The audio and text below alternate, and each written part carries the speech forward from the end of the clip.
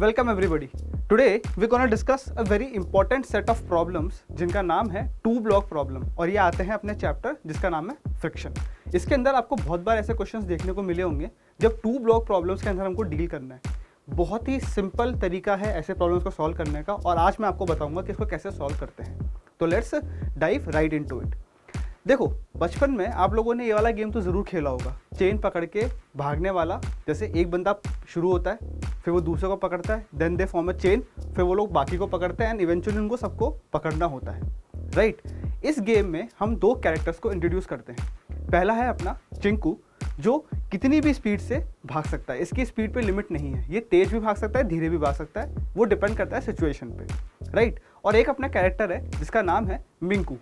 ये जो है ये पर्टिकुलर किसी एक स्पीड से ही भाग सकता है। जैसे इस केस में हम लोग बोल देते हैं 10 किलोमीटर्स पर आवर, तो इससे ज़्यादा ये भाग नहीं पाएगा। अगर स्पीड इससे ज़्यादा हुई तो ये थक जाएगा और फिर ये गेम से बाहर हो जाएगा, राइट। अब अगर ये दोनों कैरेक्टर्स इस स्टोरी के अंदर अपने इंट्रोड्यूस हो जाए और ये लोग साथ में भागना शुरू करें चेन पकड़ के, और अगर मान लो चिंकू ने मिंकू का हाथ अगर पकड़ लिया, तो आप मुझे बताइए कि कितनी स्पीड से दोनों के दोनों मैक्सिमम भाग सकते हैं। बिल्कुल सही जवाब, वो भागेंगे दोनों के दोनों 10 किलोमीटर पर आवर की स्पीड से, क्योंकि इससे ज़्यादा स्पीड होते ही मिंकू जो है वो थक जाएगा और फिर वो गेम के बाहर हो जाएगा। बस ये फंडे को अपने माइंड में रखिए, और कैसे क्वेश्चन को सॉल्व करना है वो आपको मैं बताता हूँ, राइट। तो स्टार्ट करते हैं फटाफट से कुछ एग्जाम्पल्स के साथ। देखो भाई, पहला एग्जाम्पल जो अपने सामने आ रहा है उसमें क्या हो रहा है, दो ब्लॉक गिवन है हमको। यहाँ पे नीचे वाले ब्लॉक पे अपन ने फोर्स लगा दिया और ऊपर वाले ब्लॉक पे अपन ने कोई फोर्स नहीं लगाया है, राइट। फ्रिक्शन कोएफिशिएंट हमको गिवन है 0.5, और नीचे जो ग्राउंड है वो फ्रिक्शनलेस गिवन है हमको। तो यहाँ पे चिंकू और मिंकू कौन हुए? चिंकू वो है जो कितनी भी स्पीड से भाग सकता है, और यहाँ पे अपने लिए वो कितनी भी एक्सेलरेशन से चल सकता है। तो वो ब्लॉक जिसके ऊपर एक्सटर्नल फोर्स लग रहा है, जैसे इस केस में क्या है 3 kg का जो ब्लॉक है, ये अपने लिए क्या हो जाएगा चिंकू। और जो 2 kg का ब्लॉक है, जिसको चलाने के लिए कौन जिम्मेदार है? सिर्फ और सिर्फ friction. The force which is responsible for the motion of this 2 kg block is friction. तो ये अपने लिए क्या हो जाएगा मिंकू, क्योंकि इसके लिए एक मैक्सिमम वैल्यू पॉसिबल है, उससे ज़्यादा ये साथ में नहीं भाग सकता, फिर दोनों को अलग अलग चलना पड़ेगा। बस ये फंडा है, ठीक है।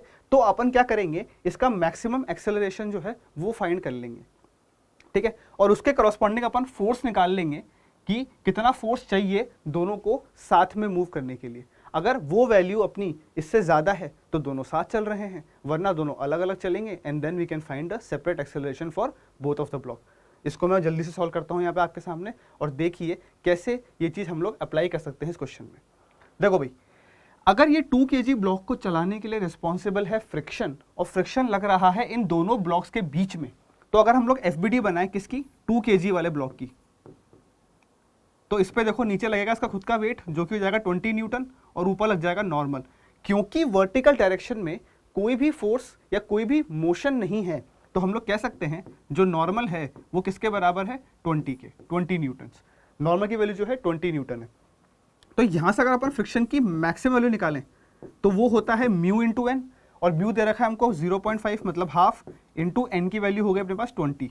तो मैक्सिमम फ्रिक्शन की वैल्यू कितनी निकल कर आई, 10 न्यूटन। 10 न्यूटन जो है फ्रिक्शन की क्या है, मैक्सिमम वैल्यू है।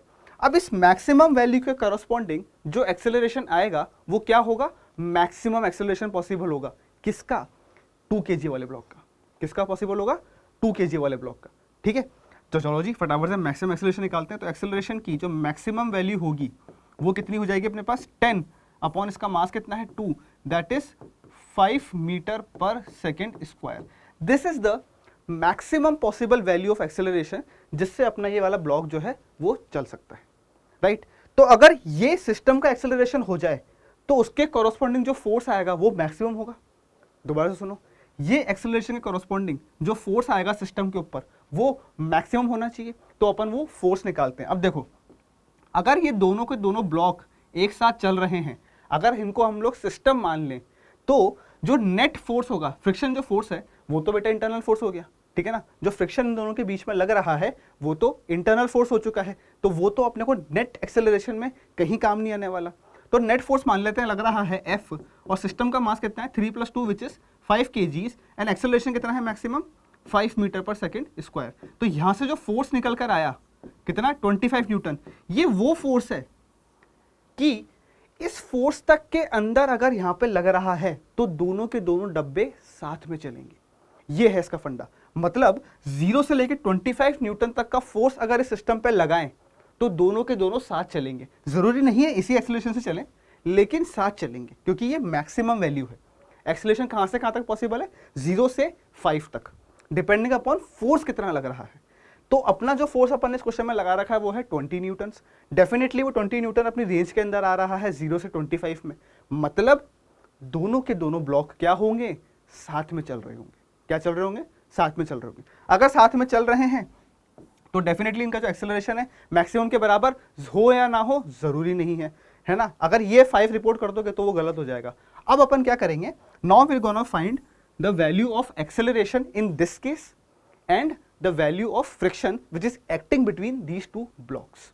चलो जी, अगर सिस्टम पे फोर्स लग रहा है अपना 20, सिस्टम का मास कितना है 3 + 2 5 kg, मान लेते हैं एक्सेलरेशन है a, तो एक्सेलरेशन वैल्यू यहां से कितनी निकल कर आ गई 4 metres per second square. This is the acceleration for both the blocks in this case. इस केस में दोनों के दोनों ब्लॉक्स जो हैं कितने एक्सेलरेशन से चल रहे हैं? 4 metre per second square, right. तो पहले पार्ट का अपना आंसर आ गया कितना? 4 मीटर पर सेकेंड स्क्वायर। अगर अपन बात करें फ्रिक्शन की कि फ्रिक्शन फोर्स कितना लग रहा है, तो सोचो इस ब्लॉक को मूव कराने के लिए कौन रिस्पॉन्सिबल है? फ्रिक्शन। तो अगर अपन 2 kg का FBD बनाए तो इस पर फ्रिक्शन लग रहा होगा आगे की तरफ, और इसकी वैल्यू कितनी होगी? F बराबर होगा कितना? मास इंटू एक्सेलरेशन, और एक्सेलरेशन कितना आया है अपने पास 4, तो ये कितना आ गया 8 न्यूटन। इस केस में फ्रिक्शन कितना लग रहा होगा? 8 न्यूटन। आई होप आपको ये एग्जाम्पल जो है समझ में आया होगा। एक बार मैं फटाफट से कुछ इंपॉर्टेंट पॉइंट्स जो हैं आपको यहाँ से याद रखने हैं वो बता देता हूँ। पहली बात, म्यू एन जो होता है ये फ्रिक्शन की मैक्सिमम वैल्यू होती है। क्या होती है? Maximum value. हमेशा इतना लग रहा हो ये जरूरी नहीं है। 0 से लेके म्यू एन तक कुछ भी लग सकता है स्टैटिक फ्रिक्शन के केस में। और अगर ये दोनों ब्लॉक साथ में चल रहे हैं तो रिलेटिव मोशन क्या है? 0। अगर रिलेटिव मोशन 0 है तो फ्रिक्शन कौन सा लगेगा? स्टैटिक। और स्टैटिक की वैल्यू 0 से म्यू एन तक कुछ भी हो सकती है, राइट। तो हमेशा म्यू एन आंख बंद करके मत लगा देना, आंसर गलत आ सकता है कभी कभी, राइट। हमेशा अगर रिलेटिव मोशन नहीं है मतलब स्टैटिक फ्रिक्शन है तो उसकी वैल्यू हमको कैलकुलेट करनी पड़ेगी। We can't blindly say that it is always gonna be equal to mu N. I hope आपको ये बात क्लियर हो चुकी होगी। क्या करना है? जिस पे एक्सटर्नल फोर्स लगा है वो हो गया चिंकू, जिसको फ्रिक्शन चला रहा है वो हो गया मिंकू। मिंकू के लिए कुछ मैक्सिमम वैल्यू पॉसिबल है एक्सेलरेशन की, तो पहले तो वो एक्सेलरेशन निकाल लो मैक्सिमम जो पॉसिबल है, उसके करस्पॉन्डिंग फोर्स निकाल लो जितना मैक्सिमम फोर्स तक दोनों के दोनों साथ में चल सकते हैं।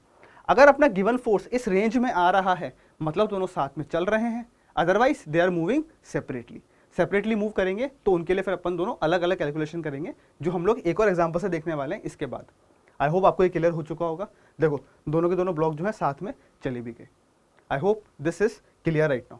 Let's move on to the next example. देखो भाई अगला एग्जाम्पल अपने सामने आ गया। दो सिचुएशन की अपन को अभी सिचुएशन की बने 2 ब्लॉक की 40 kg एंड 10 kg, राइट। यहाँ पे फ्रिक्शन गिवन है, वापस से यहाँ पे फ्रिक्शन अपन को 0 दे रखा है ग्राउंड से, और ऊपर वाले ब्लॉक पे फोर्स लगा दिया इस बार। तो अब चिंकू कौन हो गया? ये वाला ब्लॉक, और मिंकू हो गया नीचे वाला ब्लॉक। अब नीचे वाले ब्लॉक को चलाने के लिए रिस्पॉन्सिबल है कौन? फ्रिक्शन। कौन रिस्पॉन्सिबल है? फ्रिक्शन। तो फ्रिक्शन की यहाँ पे मैक्सिमम वैल्यू कितनी होगी? वापस से निकाल लेते हैं, Fs max that will be equals to mu into N. Friction लग रहा है इन दोनों के बीच की वजह से, तो यहाँ पे जो नॉर्मल होगा वो कितना हो गया 100, और म्यू की वैल्यू कितनी है 0.4, तो 0.4 into 100 this is equals to 40 newton. तो फ्रिक्शन की जो मैक्सिमम वैल्यू पॉसिबल है that is 40 newton in this case. अब 40 न्यूटन अगर इसको चलाएगा मैक्सिमम कितना एक्सेलरेशन पॉसिबल है? तो ए मैक्स जो होगा वो हो गया अपना कितना? Force upon mass which is 40, this is equals to 1 meter per second square. मतलब 1 मीटर पर सेकेंड स्क्वायर जो एक्सेलरेशन है ये मैक्सिमम पॉसिबल है इस ब्लॉक के लिए। इससे ज्यादा अगर होगा तो ये इसके साथ में नहीं चल पाएगा, चलेगा तो ये 1 से ही, लेकिन फिर ये अलग चलेगा और ये वाला ब्लॉक अलग चलेगा। आई होप आपको ये बात क्लियर हो चुकी होगी। अब अगर अपन दोनों को सिस्टम मान लें कि मान लो दोनों साथ में चल रहे हैं, तो फ्रिक्शन वापस से इंटरनल हो गया, हट जाएगा। तो नेट फोर्स जो होगा सिस्टम के ऊपर वो अपन निकालते हैं F कितना पॉसिबल है दोनों को साथ में चलाने के लिए। तो F बराबर होगा सिस्टम का मास विच इज 40 + 10 50 और मैक्सिमम एक्सेलरेशन वैल्यू है 1। तो जो फोर्स मैक्सिमम रिक्वायर्ड है दोनों को साथ में चलाने के लिए that is 50 Newton's. 50 Newton force अगर लगेगा सिस्टम के ऊपर, दोनों साथ में चलेंगे। बात समझ में आ रही है? लेकिन यहाँ पे फोर्स लग कितना रहा है अपने पास? 100 न्यूटन का। कितना लग रहा है? 100 न्यूटन का। डेफिनेटली 50 जो है अपनी उस वाली रेंज में लाई नहीं कर रहा है, 100 अपनी उस वाली रेंज में लाई नहीं कर रहा है। इसका मतलब क्या होगा? दोनों block they will move separately. क्या होगा? They both the blocks they will move separately. अगर दोनों अलग अलग चलेंगे तो मतलब यहाँ पे रिलेटिव मोशन हो रहा है, इसका मतलब फ्रिक्शन कौन सा रहेगा? काइनेटिक। और काइनेटिक फ्रिक्शन की वैल्यू होती है हमेशा mu N. Maximum possible value जो होती है स्टैटिक की वही काइनेटिक की वैल्यू होती है, राइट। तो अगर अपन बात करें 10 kg वाले की, तो 10 kg पे ऊपर लग रहा है F which is equal to 100 newton और पीछे लगेगा पूरा का पूरा friction that is equal to कितना? 40 न्यूटन। तो अगर अपन इसका नेट फोर्स देखें तो कितना हो गया? 100 - 40 is equal to m into ए।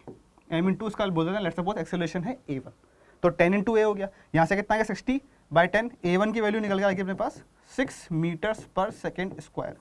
इसका मतलब ऊपर वाला ब्लॉक जो है वो तो भैया 6 मीटर प्रति सेकेंड स्क्वायर की एक्सेलरेशन से आगे भाग जाएगा।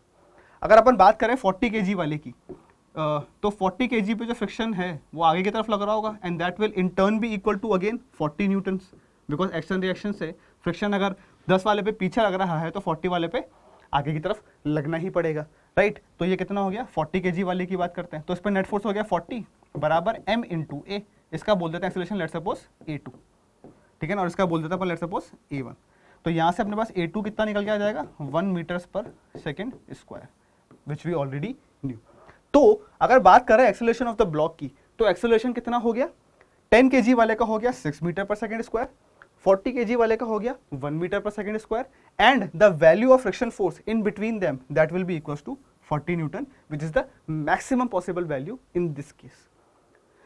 आई होप आपको ये वाली बात यहाँ पे क्लियर हो चुकी होगी कि कैसे कैसे अपन दो ब्लॉक प्रॉब्लम के जो क्वेश्चंस आने वाले हैं उनको कैसे सॉल्व करेंगे। एक को पकड़ लो चिंकू, एक को पकड़ लो मिंकू। चिंकू कौन सा होगा?